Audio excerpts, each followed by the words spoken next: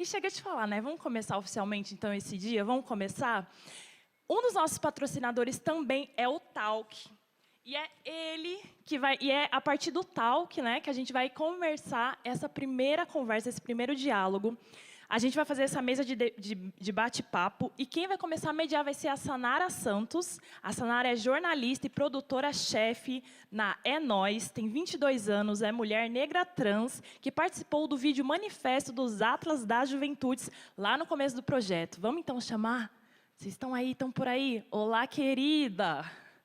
Estamos sim, estamos muito felizes por estar aqui hoje, viu? Queria primeiro falar uma boa noite a todas, todes e todes. É um prazer poder estar contribuindo mais uma vez com o Atlas da Juventude, que fala dessa pluralidade que é a gente, né? Dessa diversidade que somos nós, a juventude brasileira. Que incrível! Fiquei sabendo que você vai conduzir um debate sobre juventudes, é isso, Sanara?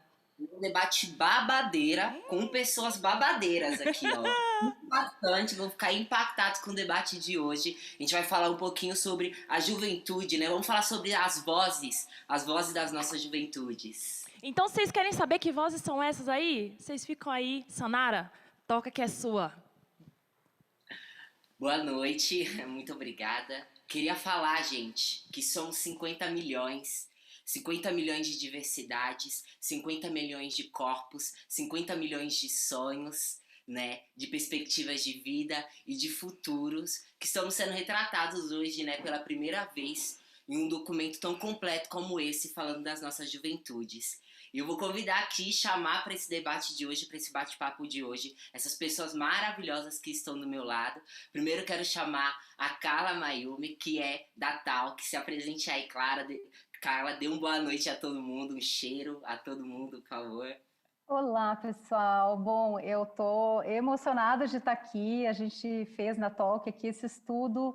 Ele começou pré-pandemia, então a gente está há muito tempo estudando aí as juventudes. Eu estou muito feliz de poder estar aqui com vocês todos, poder contar um pouco das nossas descobertas. Então, eu não sou nada além de uma humilde porta-voz aí das descobertas do nosso estudo qualitativo. Obrigada.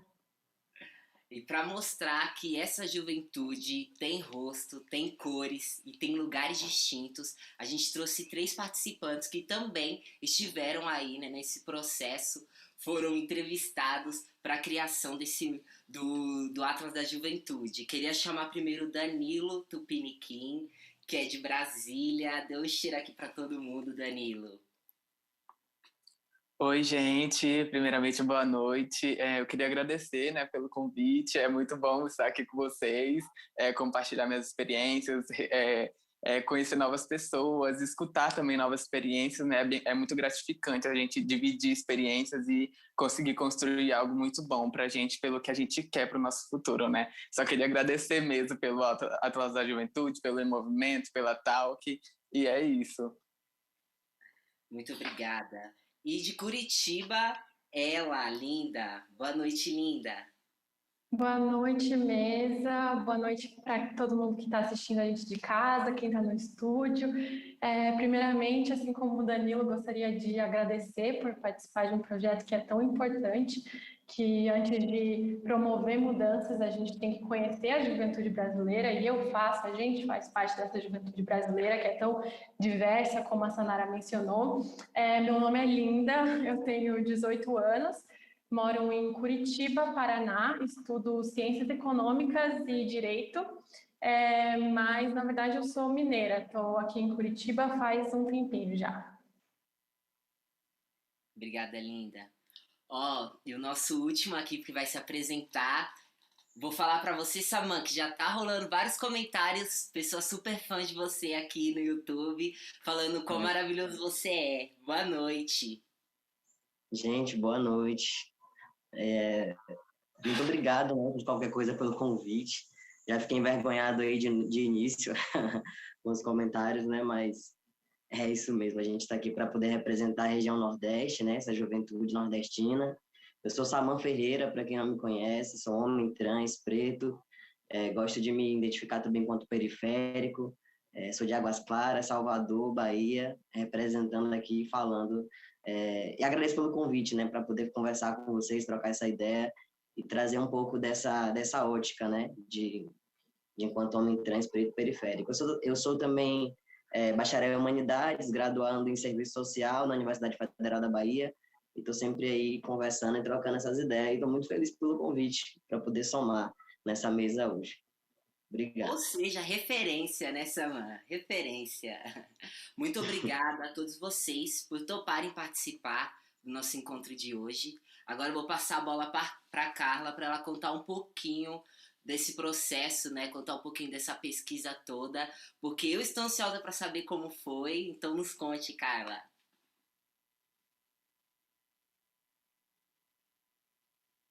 Eu acho que o seu áudio está desligado. Puxa vida, né? A gente era para estar tão acostumado. Gente, eu tenho uma grande responsabilidade aqui, que é trazer um conteúdo riquíssimo, que tem um relatório gigante, que está cheio de depoimentos, e eu tenho o desafio de fazer um resumo e contar e tentar passar para vocês aqui um pouco dos nossos aprendizados. Não vejo a hora de poder trocar com Danilo, com Linda, com Sanara, com Samã. Espero que as vozes deles estejam representadas aqui. No nosso estudo, a gente, então, conversou aí, como vocês viram no vídeo, com mais de 2.000 jovens, onde a gente se aprofundou, na verdade, A gente se aprofundou numa conversa com 320 jovens, foi com quem a gente mais conversou, a gente teve uma conversa mais profunda. Essas fotinhos aí estão só para ilustrar, né, um pouco disso. E eu queria falar para vocês falar sobre muitos temas, assim. A gente vai falar sobre religião, espiritualidade, família, educação, trabalho, preconceitos, né, sobre o cotidiano dos nossos jovens, das nossas juventudes, sobre os anseios, os sonhos, então, comportamentos, tecnologia. Então, assim, é muita coisa. Eu vou falar muita coisa em um espaço de tempo curto. Então, vamos lá. Eu convido vocês aí para embarcarem comigo nesse conteúdo. Eu vou procurar transmitir o máximo que eu puder aí nesse tempo para a gente ter tempo de conversar um pouco mais. Mas o relatório completo está no site Atas das Juventudes aí. Então, vamos lá, gente. Vamos começar falando sobre o que é ser jovem, né? E para começar falando do que é ser jovem, e já vou começar dizendo que a gente tem um quadrinho para contar cada história aqui sobre cada tema, e esse primeiro quadrinho ele mostra que as nossas juventudes, elas têm 3 pilares muito fortes ali, né? Que são os pilares da família, da escola e da igreja. Então, é isso que suporta, é isso que dá suporte emocional para as nossas juventudes, né? Nesse momento que é um momento tão desafiador, é um momento onde se precisa aprender tanta coisa em um espaço, né, tão curto de tempo, e muitas vezes os mecanismos que estão ali não são muito acolhedores, fora desses 3 pilares, outros mecanismos, né, de apoio. É isso que a nossa juventude é nesse momento aí, que estão as nossas juventudes. Falando um pouquinho mais de família, a gente tem aqui um pouco mais essa visão aqui, né, no desenho, de que é uma bússola, é um porto seguro da chegada. Eu acho que, além disso, a gente vê também o quanto que as famílias, o quanto o termo família, ele é amplo, né, na verdade, e ele é um pouco fluido também, né, a gente não pode pensar na família como aquela família tradicional, o casal e filhos, né, não é assim, nosso próprio censo mostra que as famílias, elas são muito múltiplas e muito diferentes, a gente vê que essa fluidez está, e de repente eu ter sido, né, uma jovem, ter sido criada por um tio, uma tia, e chamar essas pessoas de pai, de mãe, a avó que é vó e mãe. Então a gente vê uma multiplicidade aí de formações, né? E a família sempre como esse suporte e também como inspiração para levar os jovens para frente. Falando aí de um outro pilar, que é o pilar da igreja, da religião, e aí a gente vai falar um pouco também de quem não é de nenhuma religião, mas tem uma espiritualidade aí desenvolvida, né? A gente tem uma boa quantidade de jovens que são ateus, né? Que não estão ligados a uma religião, mas que, na verdade, têm uma espiritualidade super desenvolvida. E a religião é isso, a religião é aquilo que dá força, que dá foco, né? A fé que leva para frente, E o importante aqui, eu acho que é a gente valorizar a religião e a religiosidade, a espiritualidade, como esse lugar que prepara mesmo, né? E que prepara com princípios, com valores, que essas juventudes levam para a vida toda. Ou seja, mesmo que um jovem, uma jovem saia da igreja, isso não quer dizer que aqueles valores, aqueles princípios que ela aprendeu na igreja, ela não leva para a vida. Pelo contrário, né? Essa religiosidade ajuda a resgatar, muitas vezes emocionalmente, e também tem um papel aí de auxílio social, né? Se a gente pensar numa igreja que dá suportes aí, né, ligados ao trabalho, ao lazer, muitas juventudes aí estão se apoiando também na igreja para isso. Aqui a gente tem essas duas ilustrações lindas da Cirlane, que mostram esse mar aí cheio de tubarões, né, que é essa passagem para a vida adulta, e a igreja ali com esse força, foco, fé, né, ajudando nossas juventudes a seguirem esse caminho. E a gente tem também aí representando um pouco mais esse lado do sincretismo religioso, né, ou seja, jovens que passaram por diferentes crenças, juntam todas essas crenças e criam a sua própria forma de pensar e no que acreditar. Aí a gente vai dando pulos aqui, né? Agora vamos falar de outra coisa e a nossa apresentação ela vai ser assim, ela vai falando de diferentes assuntos aí. Depois a gente se aprofunda na conversa. Bom, falar de tecnologia de internet, de universo digital, né? Acho que tem um básico aí que a gente nem precisa passar muito, que é o quanto que isso é importante, o quanto que é presente na vida das juventudes, de forma com maior acesso para quem está nas grandes cidades, né? E com uma dificuldade de acesso para quem está em cidades menores, em cidades que eu conversei, por exemplo, com um jovem de uma cidade, uma comunidade ribeirinha, que ele precisa usar, ele tem R$20 de internet para usar por mês, e aí ali ele precisa vender peixe, então assim, não dá muito tempo de fazer muita coisa, né? Ele não tem recursos para fazer muita coisa além disso, mas ele está lá escutando música, e essa música que ele está escutando está gerando repertório, está fazendo com que ele se conecte com questões e com bandeiras aí que estão perpassando, né, outras juventudes. E a gente traz aqui essa visão de que a internet, na verdade, para as juventudes, tem esse papel aí de uma dualidade, na verdade, né? A dualidade de ser, ao mesmo tempo, preenchimento e trazer também ilusão. Então, tem o lado sombra, né? E o lado mais positivo. Então, ela é a heroína e a vilã, como, né, a gente tem um depoimento aqui. Então, do lado mais positivo, a gente tem a internet como essa fonte de informação, de conhecimento, que está, sim, ajudando muito as juventudes a evoluir, ou seja, uma jovem que se interessa por um determinado assunto, ela vai lá e ela consegue, né, trabalhar e aprender sobre filosofia, sobre psicologia, sobre religião, e é esse mundo de conhecimento. Ao mesmo tempo, tem uma vontade muito grande de saber se expressar nas redes sociais, né? Isso virou uma necessidade mesmo para as juventudes, e eu acho que não tem como a gente não falar do papel importante que a música, né, a cultura, e principalmente na forma da música, tem de levar também ideias para as nossas juventudes, né? Então a gente ouve muito isso, né? Como você aprendeu tal coisa? Eu comecei a me ligar nisso porque eu ouvia uma música do Emicida, que teve aqui no festival ontem, né? Ou do Racionais. Então acho que esse papel da música aí é importante para as juventudes. E aqui a gente tem essa outra ilustração aqui, super bacana, aí falando, né, desse buraco negro que pode ser a internet, com esse lado um pouco mais sombra aí, que ela dá às vezes uma sensação de saber, quando na verdade o conhecimento é um pouco superficial e a gente precisa aprofundar, e também essa questão de alguns males que ela traz aí, porque a jovem procrastina, fica ansioso, quando está muito tempo também na internet.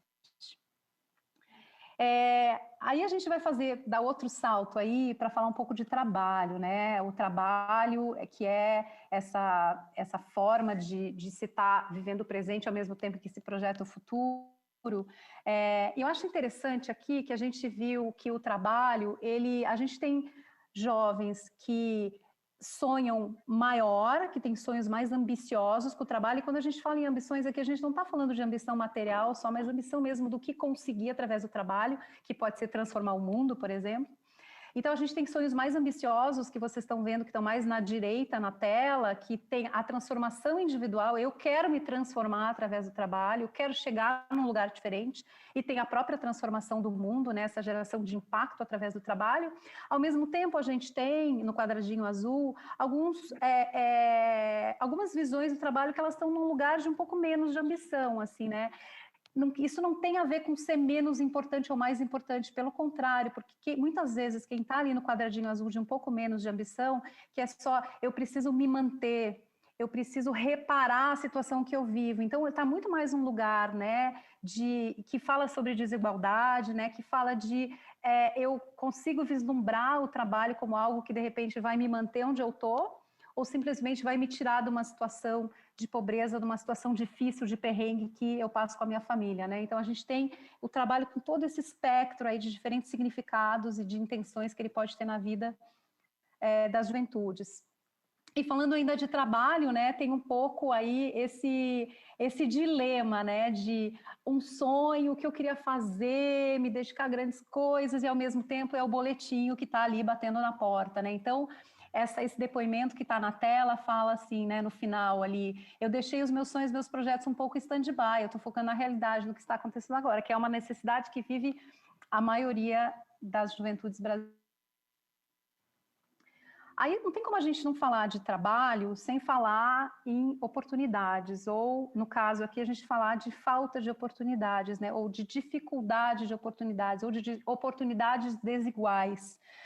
Então, a gente tem aí abismos sociais, falta de recurso, falta de acesso, preconceito, luta por direitos, que às vezes eu preciso, né, tá lutando. Agora estou falando na voz do jovem quando eu falo eu, né, não que eu seja as jovens, mas eu vou falar às vezes como se eu fosse uma jovem aí.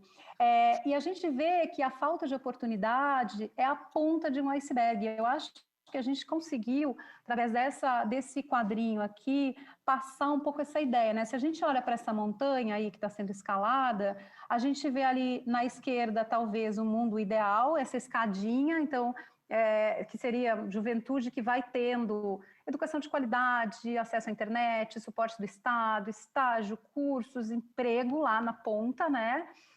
E muitas outras coisas que podiam estar aqui, né, dando suporte a esse caminho aí em direção ao emprego. E do outro lado é o que vive a maior parte, né, das juventudes, essa coisa difícil ali, né, esse escalar, e como diz o depoimento na direita, a gente mata um leão hoje e deixa o outro para amanhã, né? As vidas são negligenciadas todos os dias, a não ser que se tenha dinheiro. Então, essa ponta do iceberg aí que é a falta de oportunidade de emprego, mas muitas outras faltas aí que acontecem na vida das juventudes.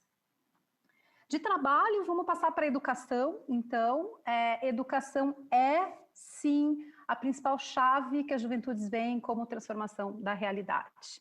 É unânime e é inegável isso, né? Então, acho que a gente tem aí a educação como... Eu adoro essa frase aí que uma mulher de 17 anos lá do Ceará falou para a gente, que é estudar é, acima de tudo, um ato político.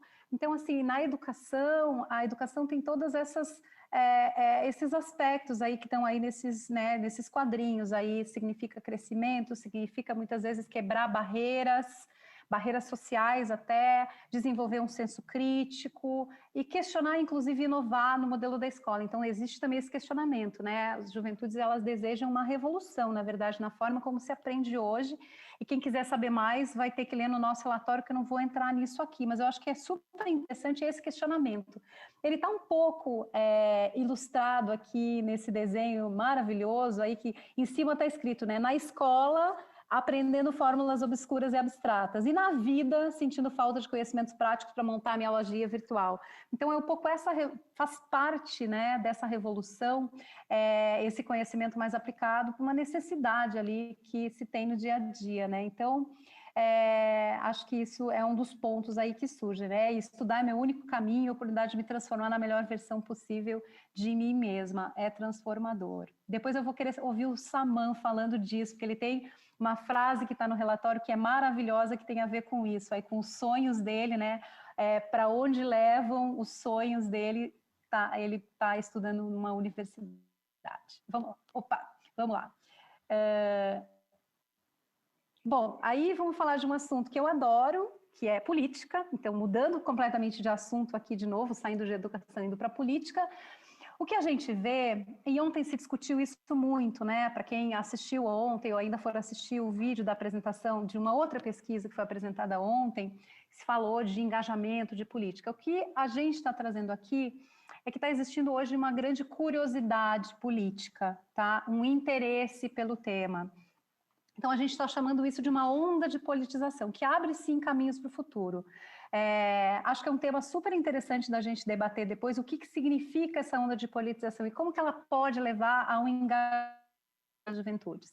E aí, aqui no desenho, a gente trouxe, né, se a gente olhar para a parte de cima ali, em azul, esse monte de jovens ali, pensando, interessados, curiosos, né? A pauta está super quente, já faz um bom tempo que essa pauta está quente. E ao mesmo tempo essa política que muitos veem como uma coisa distante, né? E eles veem como distante porque existem muitas barreiras que têm a ver com, puxa vida, sou jovem, ninguém me escuta, como ser político, barreiras que têm a ver com a estrutura política, como funciona a política, a barreira de não se ver, não ver um jovem político que possa inspirar, né? São poucos ainda. Então, todas essas barreiras e muitas outras, e ao mesmo tempo a gente também já vê uma juventude mais engajada, que é essa que sente que ela está mais próxima, né? Que ela está tão próxima ao mesmo tempo, tão distante, tão próxima, que é isso, é pertinho, é na minha escola, é no parque da cidade, né? E a gente vê aí o tema de ser candidato, querer ser vereador da minha cidade, como uma coisa que já vem indicando aí possíveis caminhos para o futuro.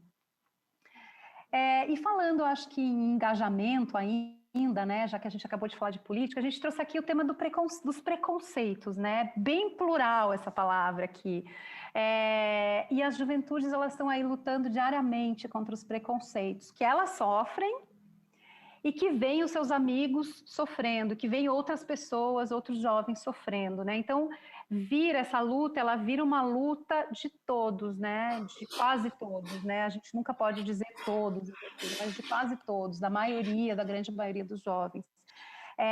E essa luta diária contra os preconceitos faz com que se busque aprender mais, então isso gera repertórios novos, isso gera conflitos de gerações, sim, né? Porque tem muitos preconceitos que eles estão sendo repetidos pelas gerações anteriores e o jovem está querendo dar um basta nisso e ensinar, né, os seus avós, os seus pais, os seus tios, as pessoas mais velhas, que não é assim que funciona, que a gente não pode carregar esses preconceitos. Isso gera muito diálogo entre os jovens, então eles estão se falando em si sobre isso, como lidar com isso, passando adiante a informação e tendo na internet uma grande ferramenta e poderosa, né, de passar adiante esses temas. E aqui, de novo, matar um leão por dia, né? E a gente está ilustrando aqui esse ponto, segunda e terça é o bullying, quarta e quinta é a luta contra os preconceitos, sexta e sábado é a ansiedade que é gerada a partir de tudo isso que eu estou vivendo, e domingo ele olha e vem aquela manada de leões de novo e vai começar tudo de novo, né? Então, quando a gente está pensando em preconceitos, é um pouco isso. Estamos falando aí de LGBTQIA+, fobia, nem sei se é assim que fala, a luta antirracista, o feminismo, como está dizendo aqui, interseccional. Então, são muitas pautas aí que têm a ver com a luta contra os preconceitos. Uma das pautas dos preconceitos tem a ver com sexualidade, então a gente vê uma juventude querendo ser livre para escolher, né, para ter a orientação afetivo-sexual sem ser julgada por isso, né? Então é uma coisa de liberdade, né? É você poder escolher quem você vai ser. E aqui a gente tem essa ilustração que mostra que é isso que a juventude pensa sobre sexualidade, que amor é amor, né? Que não tem gênero, não tem cor, não tem regra, não tem forma. E aí acho muito legal também esse depoimento que está aqui na direita, né? Que fala que, primeiro que fala que com auxílio de alguém ou da internet facilita muito, já ouvi muitos jovens em entrevista falando, eu me descobri gay na internet, eu me descobri pan na internet, e como a sexualidade afeta tudo na vida da pessoa, né? Como ela se relaciona com as pessoas e com o mundo. Mas aí a gente tem a violência, também está muito ligada a isso, não só, mas também a isso. A violência está ligada aos preconceitos, né? Então a gente está falando aí de juventudes que vivem uma violência em todo lugar. Eu acho que esse é o ponto aqui mais pesado mesmo do que a gente ouviu das juventudes, uma violência que é sofrida todos os dias, né? E por diferentes motivos. Aí. Então, sobretudo os jovens negros, sobretudo dos jovens trans, né? Então, é muito difícil você ser um jovem trans bom, a gente tem aqui pessoas que podem falar sobre isso, que vivem isso na pele, você nascer, você ser trans e você já ficar ouvindo que a sua expectativa de vida é 30 e poucos anos, né? E você tá com isso na cabeça, vivendo com esse peso, né? Então, foi esse peso que a gente trouxe aqui também na ilustração desse ponto aqui, que são todas essas violências que elas podem ser vividas por um jovem, por uma jovem, todos os dias, né? E muitas vezes ela chega em casa e ainda sofre isso, pode sofrer violência dentro de casa. Então, é realmente muito pesado a gente escutar de meninas que elas têm medo de que um futuro companheiro vai bater nelas ou de que ela tem medo de andar na rua à noite sozinha e ser estuprada, né, gente? É o medo de todas as mulheres. Aí a gente vamos virar aqui para algumas potências aí, né? Gente, eu sei que meu tempo está aqui acabando, vou correr um pouquinho. As juventudes negras que vêm como as juventudes mais conscientes e que se mostram preparadas para ocupar espaços. Então, acho que é muito legal de ler, quando a gente lê os depoimentos, né, das pessoas negras, a gente vê que tem uma potência, que tem um preparo, que tem um repertório, que tem um conhecimento profundo ali acumulado ao longo de anos, ao longo às vezes de uma vida toda, porque isso pode ter vindo desde quando alguém era criança e ficou ouvindo isso na família e passou a estudar sobre isso, né, para precisar se entender como ser na sociedade. Então a gente vê muito isso.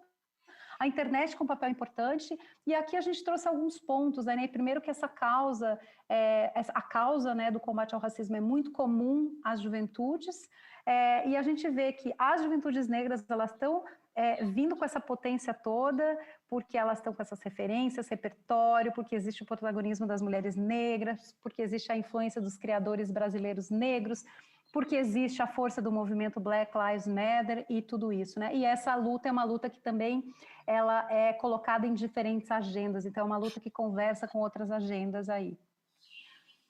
Aí a gente colocou aqui uma ilustração, né, de uma mulher negra, de uma menina negra, falando, atenção, mundo, estou pronta, estou aqui me preparando. Então é um pouco essa consciência, esse preparo que a gente quis trazer aqui.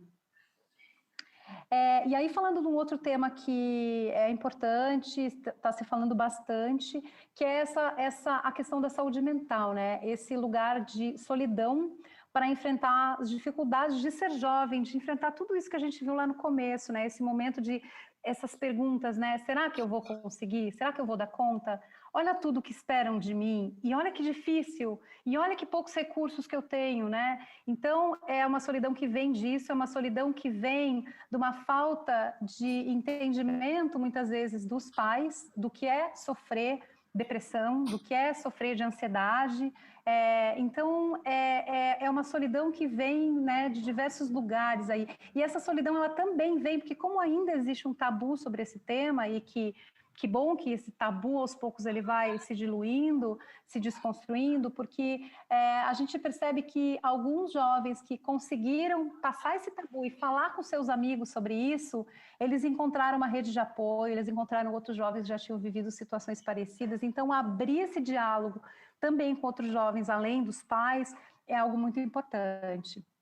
E a gente fez esse quadrinho para mostrar um pouco que é isso, né? Às vezes está todo mundo ali, cada um no seu canto, e se de repente, né, um soubesse que o outro está ali também passando pela mesma dificuldade, as juventudes e as pessoas não iam estar se sentindo tão sozinhas, ainda mais a gente vivendo esse momento que a gente está vivendo. Então aqui, né, não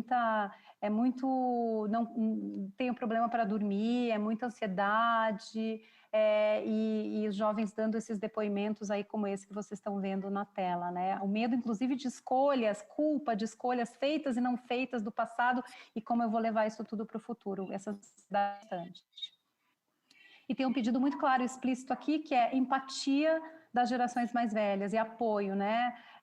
A gente viu que dos questionários, né, que a gente viu, desses mais de 2.000 questionários respondidos aí, é que escutar isso é frescura é muito comum, né? Então existem adultos aí que não estão entendendo que isso realmente é um problema sério. Eu acho que a gente vai falar mais sobre isso daqui a pouco também. Espera aí que eu estou com dificuldade de passar para o próximo slide. E aí, para finalizar aqui, então, eu queria falar um pouquinho de consumo, né? Eu acho que deu para ver que a gente tem uma juventude muito consciente, né? Ou que está num processo de expansão de consciência aí. E junto com isso, vem as práticas ligadas ao consumo, né? Então, práticas sustentáveis como comer e comprar produtos veganos, comprar em brechó, buscar ser menos consumista, buscar comprar e consumir de produtores locais, são coisas que estão vindo muito fortes, né? Eu trabalho com pesquisa já há quase 20 anos, então dá para acompanhar muito bem que existe um movimento que está forte, que está acontecendo e que está solidificando, né? Então, e aí, naturalmente, quem pensa dessa forma também está exigindo e quer marcas que sejam mais responsáveis. E aí aqui a gente trouxe aí esse desenho para ilustrar isso, né? Quando um jovem ou uma jovem olha para um produto, para uma peça de roupa, para uma embalagem de shampoo, para uma garrafa de cerveja, vem essas perguntas todas, né? Ou seja, não adianta só mais isso ser bom para o meu cabelo ou ser uma cerveja gostosa, mas o que tem por trás dessa empresa? Vale quanto custa de fato? Como essa empresa se posiciona quando ela precisa se posicionar, né? Então vem um pouco um compartilhamento de valores que passa a ser necessário dos consumidores e das empresas, dos produtos que são consumidos. Bom, terminei aqui, eu acho que mais joguei um monte de temas aqui para a gente conversar, né? A gente aqui tem um painel de todas as coisas que a gente conta aí na nossa apresentação completa, tentei trazer um pouco aqui para vocês, e agora eu acho que a gente volta para a conversa para a gente poder falar um pouquinho sobre tudo isso, né, Sanara? Pois é, eu acho que olhando essa pesquisa, Carla, o que mais me ocorre aqui é que essa juventude deu certo, né? Sempre tem aquela brincadeira, essa juventude não deu certo. Eu vou falar o contrário, para mim essa juventude deu certo, né? Notar e enxergar uma juventude mais consciente, com um olhar mais politizado para as coisas, para a vida, né? Uma juventude que pensa na saúde mental e consegue falar de saúde mental. É uma juventude que deu certo. Vou falar aqui. Pode falar. Eu acho que eu podia contar que ontem eu estava dando uma entrevista, né, para uma matéria que vai sair aí no UOL sobre a pesquisa, e a jornalista me perguntou: você fica otimista lendo o resultado dessa pesquisa? E eu falei: eu fico. Eu acho que sem dúvida tem muita coisa muito difícil na vida das juventudes brasileiras hoje, e a gente não pode minimizar isso, a gente precisa olhar para isso, mas também tem muitas coisas que estão acontecendo, que estão movimentando as coisas de um jeito muito profundo, ali nas placas tectônicas, e que a gente tem que ter uma certa paciência histórica para as coisas lá na frente mudarem, né? Então, de repente, não vão ser nas próximas eleições, de repente vai demorar um pouco, mas eu acho que o trabalho que está acontecendo e essas mudanças de mentalidade que estão acontecendo, e eu gosto muito de uma frase que fala assim, né, de um sociólogo, ele fala: só existe uma coisa que é certa, que o futuro vai ser o que os jovens vão construir. Eu até me arrepio de falar essa frase, porque é verdade, né? Não vai ser eu que vou estar aqui daqui 20 anos pensando, criando teorias, não, vão ser vocês, né? Então, acho que é isso. Pois é, agora eu vou falar aqui, ó, gente. Quem tá assistindo a gente aqui tem alguma pergunta pra Carla ou pros nossos participantes que vão começar a responder e conversar com a gente agora, faz a pergunta aqui no chat do YouTube mesmo, que a gente formula aqui e faz a pergunta pra eles, que é bem massa a interação de vocês também. Vou lançar uma primeira pergunta aí pra vocês responderem. Pode começar com o Saman, depois a Linda e o Danilo, e depois vai voltando assim, numa ordem aí. Participando da pesquisa, né, participando da entrevista, qual ponto é que mais impactam, assim, e que mais deixaram vocês... qual ponto da pesquisa mais deixaram vocês impactados, assim?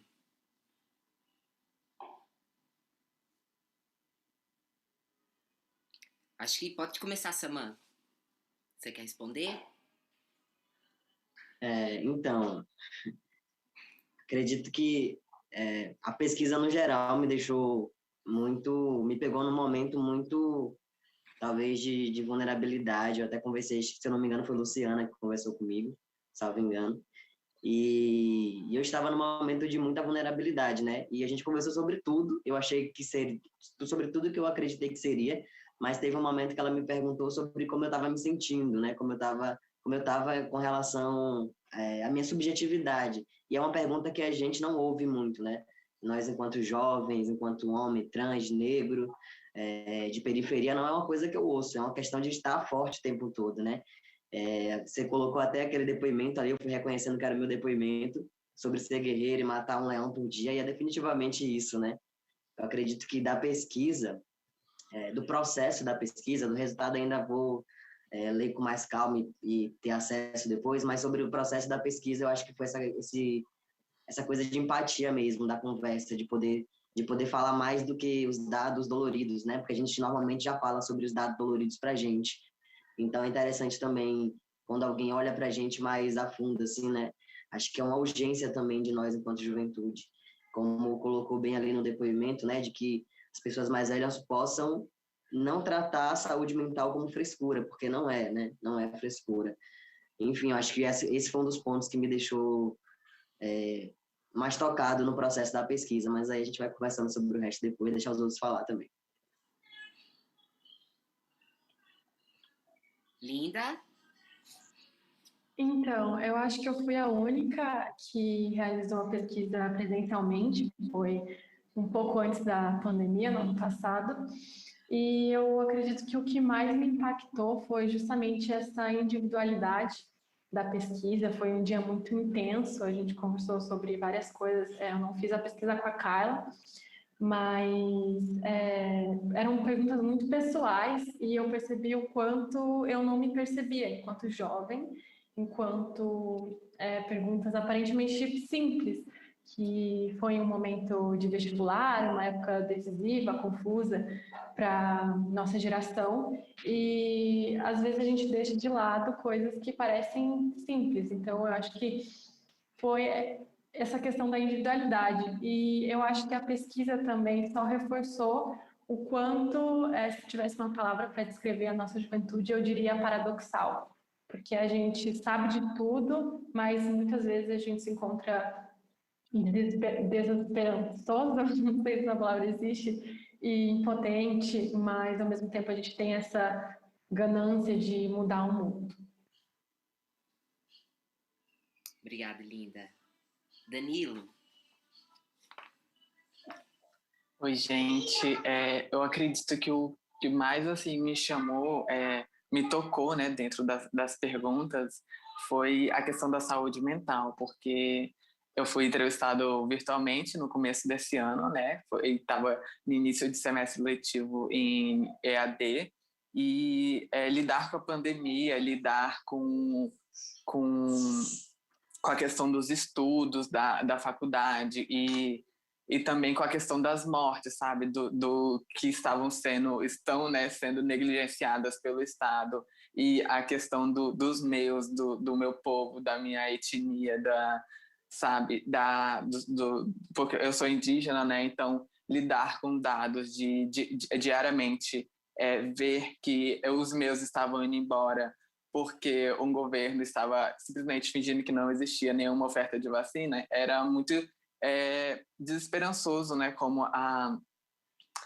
Linda falou, e lidar então com os dados, com a educação à distância e com a pandemia em quarentena estava sendo muito difícil para mim, e eu estava com meu namorado, né, somente nós dois passando isso tudo junto, e foi muito assim difícil de certa forma para a gente, porque ter que ficar trancado por um ano dentro de casa, sabe? Então, e depois eu ter pegado Covid, porque infelizmente eu tive que voltar a trabalhar presencialmente, foi muito difícil, sabe? E, tipo, pensar que, tipo, diariamente eu não sabia se eu ia melhorar um pouco mais ou piorar, sabe? De estar com falta de ar e não saber o que fazer, sabe? Foi muito difícil, de certa forma, impactou muito na minha saúde mental. Então, foi um processo de autoconhecimento, sabe? De também conversas, de aproveitar também tudo que a internet, por exemplo, podia me possibilitar, os filmes e tal, para conseguir, eu falo, esparecer a cabeça, sabe? Que é tirar a atenção um pouco e sair um pouco da televisão, principalmente, porque não estava sendo tão legal, sabe, para mim. Obrigada, Danilo. Carla, você quer fazer alguma pergunta também?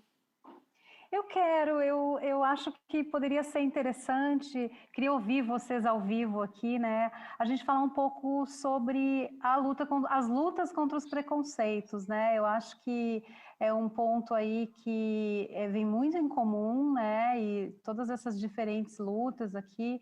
E eu queria ouvir um pouco de vocês, assim, como é que vocês, né, vivem isso, se vocês vivem, como é que vocês encaram, como é que é viver isso no dia a dia, como é que é buscar dar suporte para outras pessoas, como é que é falar sobre isso, assim.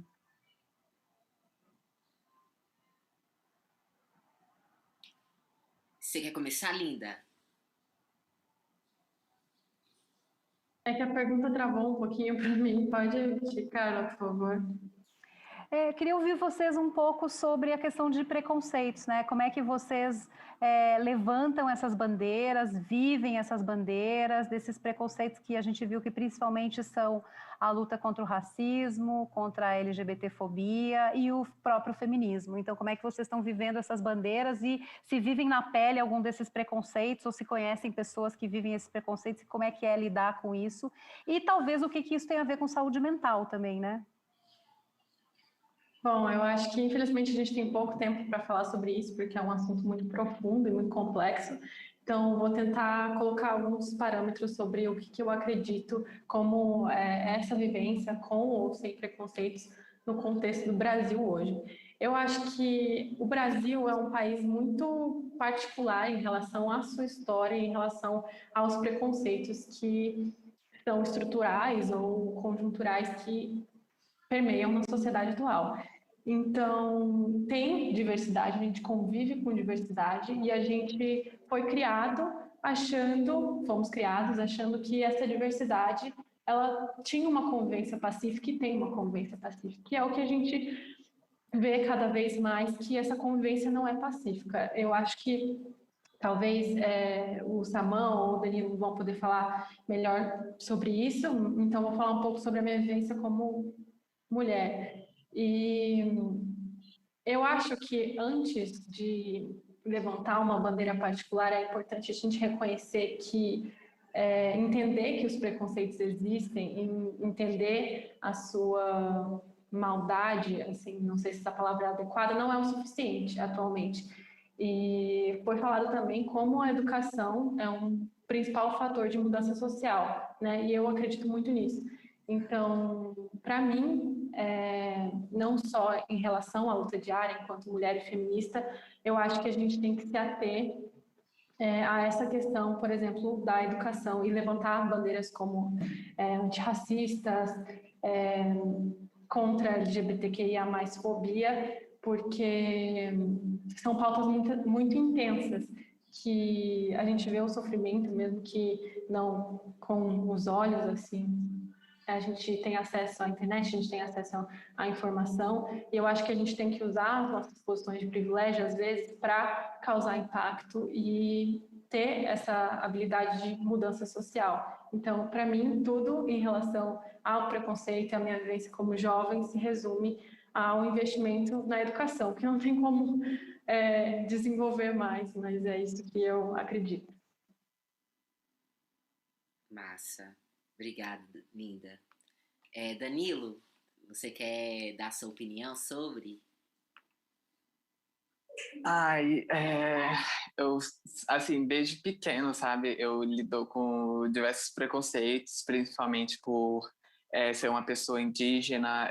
Eu sou indígena da etnia Tupiniquim, do Espírito Santo. Atualmente estou em Brasília, porque estudo na universidade, né? Eu estudo ciência política e desde muito pequeno, por ser uma pessoa muito afeminada, eu sofria a questão, eu sempre fui atacado, mesmo sem entender quem eu era, sabe? Então, tinha a questão da sexualidade dentro do meu contexto de comunidade, e quando eu ia para a cidade, eu tinha o duplo preconceito, que é ser indígena, lidava com racismo, e ser uma pessoa gay, lidava com homofobia. Então, quando eu fui para Brasília estudar, e, e, e ficar lá, estou há alguns anos, né, quase me formando, eu tive mais, assim, diariamente esse preconceito, porque muitas pessoas não entendiam sobre a questão da identidade indígena e também não, quando eu chegava lá, me apresentava enquanto uma pessoa cis gay, eu sofria também a homofobia, né? Então, quando eu ingresso num curso elitista numa cidade como Brasília, eu lidava assim diariamente com essa dualidade, né? Esse duplo preconceito. E pelas pessoas não entenderem sobre a questão indígena e a sexualidade, e não acharem que existem indígenas LGBT, por exemplo, eu fui questionado muitas vezes, sofri muitos ataques, e foi em Brasília também que eu acabei me assumindo e descobrindo, entendendo mais sobre gênero e sexualidade. E sofri muito, sabe, quanto a isso, porque sem entender quem eu era, as pessoas já me apontavam, sabe?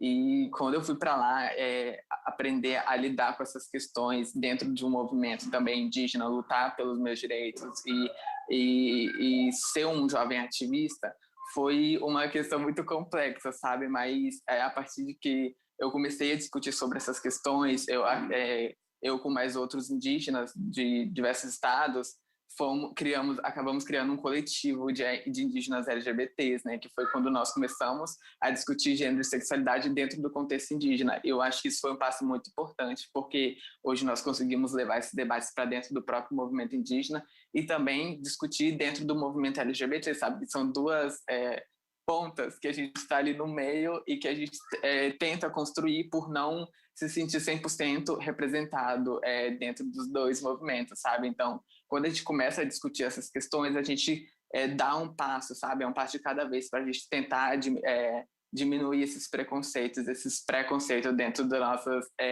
nossa comunidade. Obrigada, Danilo. Saman, por favor. Então, vou tentar ser breve, né? Esse assunto sempre instiga muita gente a falar muito, mas eu vou tentar ser breve.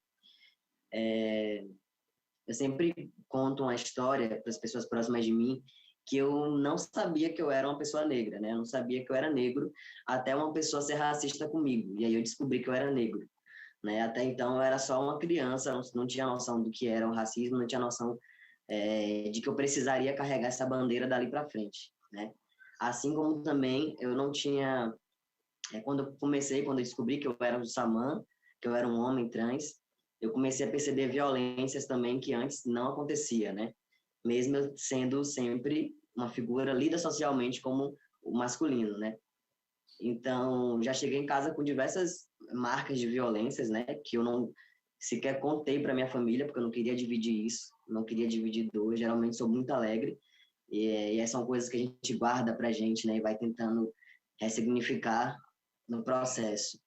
Eu lembro que uma vez eu estava numa palestra, eu vi essa fala de Vilma Reis, mas se eu não me engano é de Lélia Gonzalez, né, uma pensadora negra, que ela diz assim que a gente precisa nos dar o nome e o sobrenome, senão o racismo dá o nome que quiser pra gente. E essa fala me tocou demais, eu fiquei, por que eu tenho que dar o meu nome e sobrenome, né? Acho que outras pessoas chegam e falam, nossa, eu sou só isso, eu sou isso, fala apelido e é suficiente, a gente tem que dar nome, sobrenome, RG, carteira de trabalho, dizer que é trabalhador, justificar de todo modo quem nós somos, para não ter que lidar com essas violências, ou então para amenizar de alguma forma. Então, ser jovem e lidar com tudo isso ao mesmo tempo, com racismo, com transfobia, né, com a invisibilidade também da bissexualidade, com vários outros fatores que eu tenho que lidar. Enfim, a gente tem que... São maneiras que eu carrego mesmo sem perceber que eu estou carregando. Eu sempre falo, eu tenho um corpo político. O meu corpo é um corpo político. Mesmo que no momento eu esteja só passando numa sorveteria, eu sei que ali o meu corpo está fazendo um ato político, né? E eu tenho dimensão disso. E acredito que isso que nos difere das outras juventudes. A gente hoje em dia tem muito entendimento do que a gente representa, né? Pelo menos no meio onde eu vivo, na universidade, os jovens que me cercam, eu percebo que a gente tem muito esse entendimento do nosso corpo, né? E se eu tiver um tempinho ainda só para complementar a minha fala, esse entendimento, como a Carla falou no início também, né, que a gente tinha esse acesso à cultura e como isso nos mudava. Eu falei na reunião mais cedo que eu era fã do Emicida, e não vou perder a chance de falar isso aqui. E como a arte e como a música de fato mudou minha vida, né? Tem uma música do Emicida que é Levanta e Anda, e ele fala: meu irmão, você nunca percebeu que você é o único representante do seu sonho na face da terra? Se isso não fizer você correr, chapa, eu não sei quem vai. Então, aquilo ali me mudou de um jeito que eu falei, eu vou correr por mim, eu vou fazer o meu e vai dar certo. Né? Aqui em Salvador, a gente fala muito de fazer os corre. Não sei se você não entende, não sei se vocês conhecem a gíria de Salvador, mas aqui tudo pra gente é os corres. E eu acho que o corre e a urgência é o que define essa juventude, sabe? É muita vontade de tudo, é muito querer tudo. Enfim, eu acho que a gente vai aprendendo a lidar, mas vai também ressignificando muita coisa. Acho que é isso. Muito obrigada, Samã.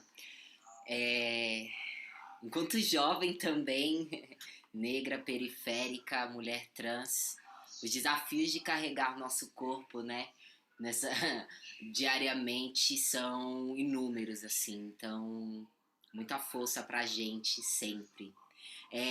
O Rafael Amorim fez uma pergunta aqui no chat, e eu vou fazer essa pergunta, eu acho que é a última pergunta que a gente vai ter, e eu acho que uma pergunta muito potente, então eu vou fazer essa pergunta porque me chamou a atenção também. Como engajar os jovens de forma atrativa e fazer com que ele participe da política? Danilo, você quer começar?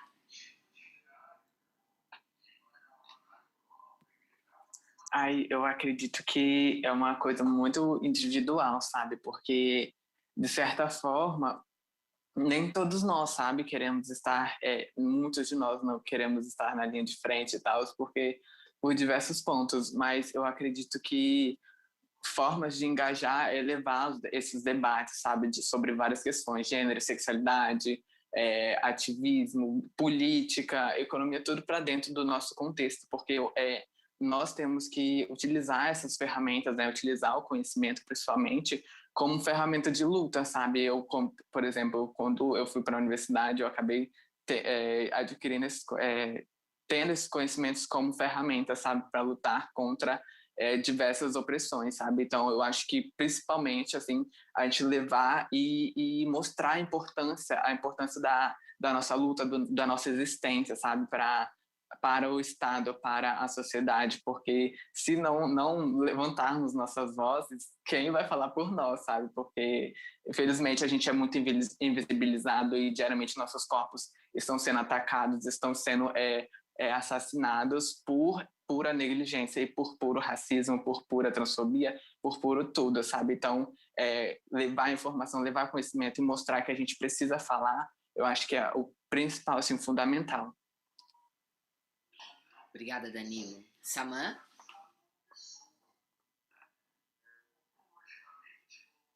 Então, acredito que a gente vive num limbo, né, com as redes sociais hoje em dia, porque ao mesmo ponto que a rede social é um lugar que aproxima, às vezes exclui também. A gente sabe que no Brasil muitos jovens não têm acesso à internet, né, não têm acesso às redes sociais, ao aparelho, enfim.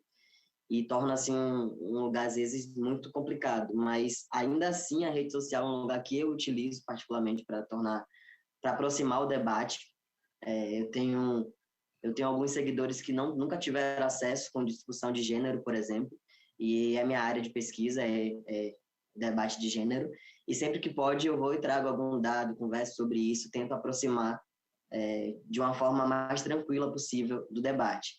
nem sempre é possível, a gente acaba lidando com as pessoas mais diversas possíveis, né, nesse contexto também, é um campo minado, mas acredito que primeiro romper com essa ideia de que política não se discute, romper com essa ideia de que religião não se discute, né? Romper com essa ideia que alguma coisa não se discute. Não existe nada que não se discuta, desde que haja respeito, desde que haja empatia. Tudo bem, sua opinião é essa, eu não concordo e a minha é essa, né? E a gente vai dialogando e vai experimentando e ouvindo a diversidade. Acredito que isso que pode aproximar a gente, né?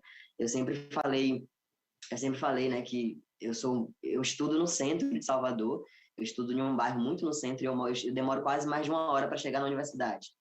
E eu fazia esse percurso todos os dias, né, de mais de 1 hora, 3 horas só no ônibus, para ir e voltar. É ônibus, metrô e ônibus para chegar na universidade. E aí eu falo, como é que eu vou estudar? Como é que eu vou para esse lugar?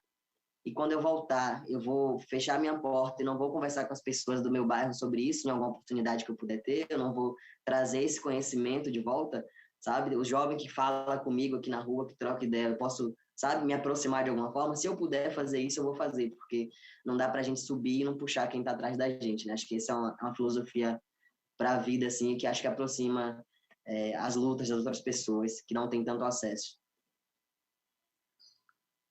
Linda. Como o Saman e o Danilo muito bem falaram, conhecimento é empoderador, né? E é fundamental para que a juventude atual engaje e goste de política. E para que a juventude goste de política, a juventude precisa entender política, entender que o Brasil, como uma democracia, o Estado, a democracia não é pro povo, é do povo. Então, a gente tem que entender e conhecer nossos direitos, a gente tem que se inteirar para fazer política, porque tudo é um ato político, né? Como nas outras perguntas a gente pôde falar um pouquinho. Então, como o Saman disse, ainda que a internet e as redes sociais sejam inacessíveis para a realidade de milhares de brasileiros, é uma ferramenta que pode fazer muito bem, que é não só levando o conhecimento, porque crítica por crítica muitas vezes não é assertiva. Então, o engajamento tem que ser assertivo, tem que promover mudança. Então, é nisso que eu acredito. Obrigada, linda. Vou fazer uma pergunta que eu formulei, eu acho que ainda dá tempo, e eu queria que a Carla também respondesse, porque tem a ver um pouquinho com a pesquisa. Como a representação das nossas vozes a partir de pesquisas podem cooperar para a potencialização das nossas identidades enquanto jovens. Eu queria que a Carla falasse um pouquinho, né, nessa perspectiva de uma mulher que trabalha com pesquisa, né, fazendo pesquisas. Eu queria que vocês me respondessem um pouquinho o como ter essa representação, né, nas pesquisas afetam e criam identidades e ajudam a criar também identidades em outros jovens, assim. Eu não vou resistir a começar respondendo a pergunta anterior, porque eu estava louca que você me chamasse, Sanara, para falar de política, porque eu acho que eu queria falar rapidinho. Eu acho que tem uma coisa, a minha visão, né, como não mais jovem, mas assim, que faz parte, me gosto muito do tema também. Eu queria dizer que a minha opinião é que a gente tem que parar de ter preconceito com a política. Eu acho que isso é muito importante. Assim, eu acho que a gente tem que parar de repetir aquelas frases, e isso acontece, né, as frases que falam todo político é corrupto, a política é uma merda, não sei se pode falar palavrão aqui, já falei. Eu acho que a gente tem que parar de repetir isso, porque eu acho que é isso que quem está lá quer que a gente pense, assim, né? Então, claro que isso não é fácil, né? Se fosse fácil, a gente resolvia assim, pá, mas eu acho que a gente tem que parar de ter esse preconceito. Eu tenho amigas que foram candidatas, jovens, e ouviram dos pais, pessoas letradas, enfim, de uma elite econômica, dizendo, não, minha filha, não entra nesse negócio aí, porque não é legal, ainda mais você sendo mulher. Então, isso é um preconceito, né? Então, eu acho que tem uma coisa aí de parar de ter preconceito com a política e olhar para esse lugar da micropolítica, como vocês falaram, né? Então, eu só queria falar, porque eu estava me segurando aqui, louca para falar. Primeira coisa, eu acho que Sanara e todos, né, o Brasil precisa de pesquisas como esta. Então, acho que eu começo dizendo isso. Assim, quando a gente olha para outros países, outros lugares, essas pesquisas sociais, ou seja, eu trabalho com pesquisa no dia a dia, normalmente eu sou contratada, né? Minha empresa é contratada por grandes empresas, por grandes instituições para estudar diferentes segmentos, de estudar jovens, estudar, enfim. Mas o resultado desses estudos normalmente ficam entre quatro paredes, né? Porque alguém interessado num objetivo lá, normalmente comercial ou mesmo comportamental, mas acaba que isso não vira conhecimento, né? Não é aberto. Então, assim, eu acho que, primeiro, muito parabéns, assim, para o Atlas das Juventudes e por esse projeto existir, porque fazia muito tempo que não existia e talvez nunca houve uma pesquisa tão profunda e com tantos dados sobre as juventudes do Brasil. Então, acho que o primeiro ponto, respondendo a tua pergunta, primeiro, a gente precisa ter essa informação. É como vocês mesmos falaram, eu fiquei emocionada de ouvir vocês dizendo, me perguntaram sobre a minha subjetividade, sobre a minha individualidade, alguém me ouviu, perguntou o que eu estava sentindo. Eu acho que trazer isso e trazer dados e trazer essas vozes é muito potente, porque eu acredito sim que quem vai ler e vai estudar vai ter pela primeira vez um material ali para mergulhar e para saber que caminhos são possíveis de seguir, né? Porque o Atlas ele traz essas possibilidades e esses caminhos. Então, eu acho que é isso. Eu acho que o simples fato dessa pesquisa existir já é uma grande transformação, porque a gente não tinha, né, esse aglutinado aí de conhecimentos com esses caminhos que podem, para onde as pesquisas podem nos levar. Então, acho que é por aí. Obrigada. Samã?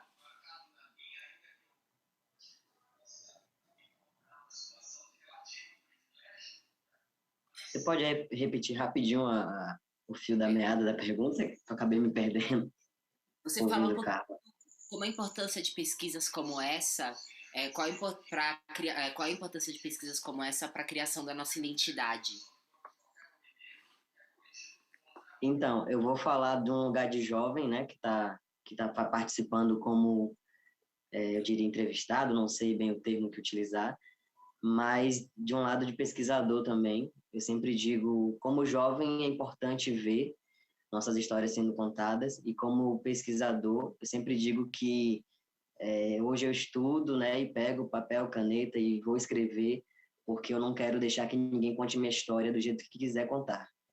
Então, para ser agente da nossa própria história, entendeu? Então, acho que essa pesquisa faz isso ao trazer a gente tão para próximo, né? Não ficar naquele lugar de objeto de estudo. Eu odeio isso.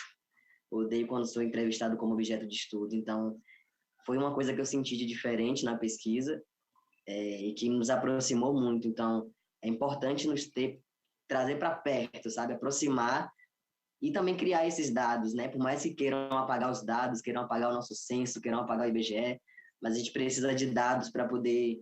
Quando a gente tem dados, a gente tem história, né? Tem registro, e esse registro é importante para a gente produzir coisas em cima das nossas necessidades. Então, acho que essa é a importância da pesquisa. Gente, a gente vai precisar encerrar, mas vamos fazer assim, que tudo tem um jeitinho. Tentem responder bem rapidinho o que vocês, até tipo uma palavra, sabe? Do que vocês sentem da importância para a criação da nossa identidade. Me desculpa, mas né, o tempo passa muito rápido. Vocês podem falar uma palavra importante para a criação da nossa identidade? Empatia. Eu estou muito contemplado com a fala do Samã. Então, acho que identificação. Ai, te cortei, desculpa. Identificação. Muito obrigada a todas, todes e todos aí pela participação. Kimani, tô te chamando aqui. O que você achou desse debate, dessa roda de conversa, mulher? Que coisa Mulher, eu tô aqui chocada. Eu fiquei muito emocionada com a fala de vocês. E eu, como uma mulher... gente, ainda tô na juventude, né? 27, 8, 9... E aí, eu, como uma mulher preta, que me conhecia ou me soube preta também, né? Que nem Samã. Só depois, quando o racismo bateu na porta, eu fiquei emocionada de ver vocês, esses diálogos. Porque quem dera eu tivesse esse conhecimento tivesse chegado a mim mais nova. O Emicida, Saman, também fala que a gente tem que deixar de chegar tarde na vida dos outros. Então, é importante, a importância de ter painéis como esse aqui do Atlas das Juventudes, trazendo esse conhecimento para que a gente possa ouvir essa juventude. Então, muito obrigada, Carla, muito obrigada, Saman, obrigada, Danilo, obrigada, Linda, e obrigada, Sanara, de verdade, viu? Boa noite. Um prazer ouvir vocês. Vamos continuar, então, aqui o nosso evento. Real, estou emocionada aqui. E eu acho que muito de tudo assim, o que foi trago hoje, é a importância da gente ouvir essa juventude, né? O quanto a gente ouviu de uma coisa muito particular deles, eles podendo dividir aqui e trazer com a gente. Então, ouçam a juventude está aí para ser escutada. Quantas potencialidades estão passando por esse palco, certo? Então, agradecer novamente o Talk por ser o nosso parceiro nessa segunda parte dos estudos, certo?